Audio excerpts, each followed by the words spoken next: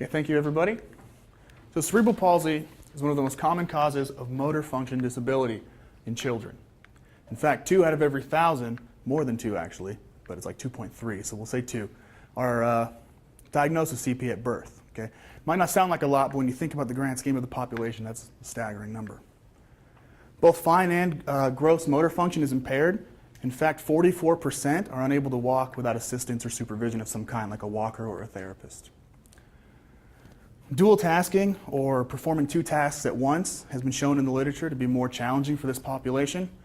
However, little is known about its effects on functional ambulation or walking. So because of this, we decided to compare preferred speed walking with dual task walking in children with CP. And for dual tasking, we had our children carry a tray similar to what they would do in a school lunchroom or cafeteria. We looked at spatio-temporal variables like step length, stride velocity, and base of support. And we did so using a single subject design rather than a group design. So what we found, you can see we have our 3 variables of note that we had significant findings in.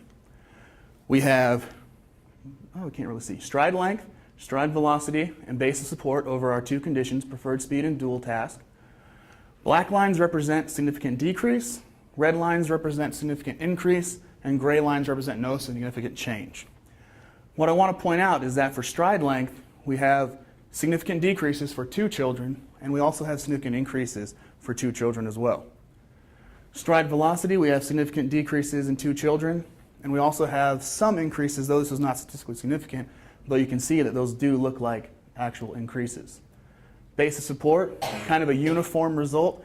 All of our subjects showed decreases in base of support, so the width between their feet. However, only 2 of those were statistically significant. So as I say this, you think, okay, we have a bunch of different findings. What's the value here? Well, what we see is that dual tasking does alter spatial-temporal gait characteristics. The thing is here is that they do not appear consistent. Some increase, some decrease, some don't change. And you might think, well, okay, what does that really tell us? Well, what that says is that we have something that seems useful now for clinicians to be aware of. Typically, we'll have treatment programs, therapy programs designed around group design saying these groups increase here, so we're going to do this intervention.